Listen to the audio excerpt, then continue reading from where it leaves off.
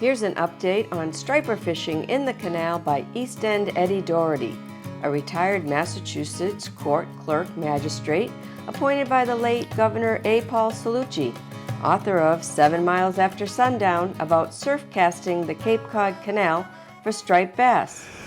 So we're here in the Cape Cod Canal on a beautiful morning. We got an east rising tide over here, and I just want to mention that we have a new member of the 40-inch club. This happened in the spring, but I just found out about it recently. Bill Harding caught a 48-pound striper. That's a big fish, and Bill has fished the canal for many years. He started with his dad when fishing Bell Road many years ago, actually during the Kennedy administration. So Bill knows the canal well. And as you can see behind me is my canal bike. That's my office. So I went from an office in the courthouse to that. That's a more happy office. So I like that even better. So the west tides usually get my attention this time of year because of the migration, and striped bass ride the west tide into Buzzards Bay, and then they continue on their migration south. But this year, the month of October has been great, but it's been better on the east tide than the west tide for some reason. I think it's because a lot of those fish have not started migrating yet, and they're going back and forth riding the tides. So Scott Ewell was bouncing a green mac fish lab off the bottom on an east tide. He caught several bluefish and a 43-inch striped bass. Bell Road was on fire for about a week during the month of October. People were just catching fish there left and right. Iconic anglers Charlie Murphy and Bill and the Grill Prados picked off some slots with a variety of different lures. Bill Walsh caught a 34-inch, and Joe the Real McCoy, and Real is R-E-E-L, the Real McCoy lived up to his name with several slots, and also caught a 40-inch striper on a white savage. Most fish have been scoring with Hurley Canal Killers and on the bottom, and ocean-born wideback minnows in different levels of the water column. They've been more effective during this fall run than pencils have been most of the time. I caught a 38-inch striper in the middle of the water column with a striper gear Wacky Mac rocket made by Mike Webster.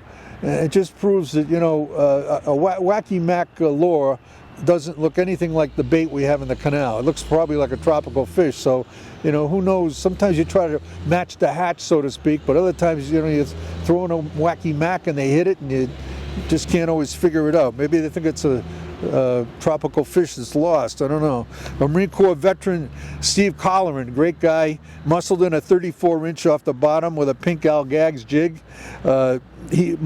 Steve used pink for most of the month to duplicate the heavy presence of squid in the water. And this is interesting. A guy caught a 44-inch, it's a big fish, and released it. And then the guy next to him caught a fish even bigger. But he didn't get to measure it because as he pulled it in and the fish got close, it got attacked by Bubba the seal, who's an enormous seal, and Bubba came up and grabbed it and off that went. So he never actually got to land the fish, but he could tell it was bigger than 44 inches. So Zach Attack Baker and John Doble, a couple of legendary anglers, caught slots and bigger on many days. Jack Barton had an incredible morning one time. He caught a 40-inch, 42-inch, and a 46-inch striped bass all in the same morning on an east tide. He was using a striper gear, Shaddy Daddy. Leave it to Mike Webster, the owner of Striper Gear, to think of something new like that. The Shaddy Daddy looks like a shad, but it has a nice action to it, and a nice name, Shaddy Daddy. 7-year-old Harry Skelton caught a nice bluefish with one of his dad's, Harold's lures, the Skelton Lure Company. Harold Skelton is the guy who does so much for veterans in the area, veterans everywhere, with Fishing the Mission 22. Chuck Franks usually fishes quite often he fishes the fish pier, the state pier, and he caught a 33-pound fish that measured out to 45 inches. Jimmy Kelly caught a 46-inch, which tied his personal best. And the boys of summer were out in full force. Tim Hollywood Petrarca caught a 25-pounder that measured out to 35 inches, and the next day he caught a 37-inch. And both fish with an old-fashioned loaded cotton cordell that's been around forever. And I was at the Sagamore Bridge, and I was using a white Hurley Canal Killer, soft plastic, paddle tail, and it's about 5 ounces. It's good for a heavy tide. And so I was using that, and I caught a small striper. I put the fish back. Then I caught a bluefish, and I put him back. But I was surprised the bluefish didn't do any damage to my lure.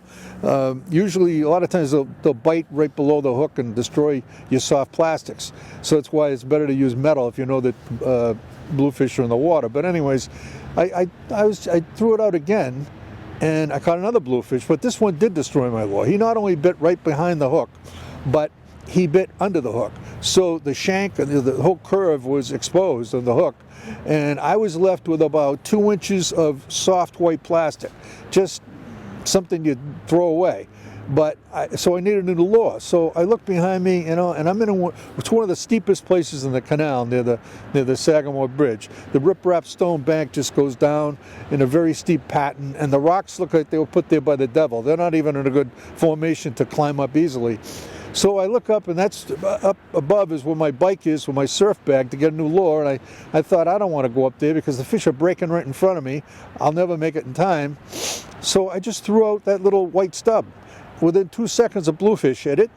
Then I reeled that in. I caught 3 more bluefish and a slot striper, all in that tiny little white piece of soft plastic. So it just goes to show that, sometimes they'll hit anything. It's like the late great Dick Hopwood of Mako's, who owned Mako's. It's now owned by his son Jeff, another great guy. But Dick told me many years ago, he says, Eddie, sometimes you could throw an old sock out there and the fish would still hit it. And I guess he's right. So the nice weather that we've been having towards the end of October has kind of slowed down the migration, because I think the fish are confused and they think it's summer again, and so they're stalling off of Situate, Marshfield. There's a lot of bait in Plymouth Harbor right now that's holding them there, but pretty soon they'll be migrating again, and hopefully they take a right turn into the canal instead of going all the way to P-Town. But the morning that the Patriots woke up in Miami, a whole bunch of guys were on the east end of the canal, and they were very successful, fish everywhere. The Patriots probably should have stayed in bed that day, but in any event, the guys in the canal were doing very well with slots and better, and a lot of big bluefish.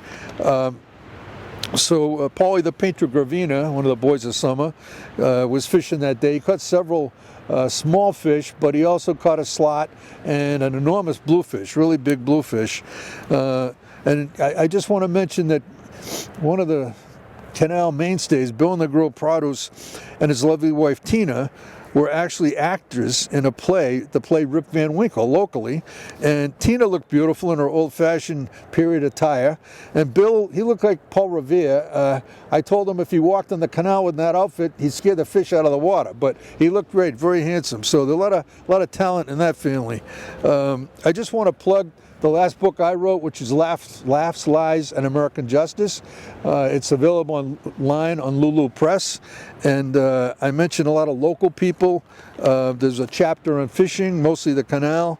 And this, just to give you an example of a couple of anecdotes, I try to remember the funny things in court.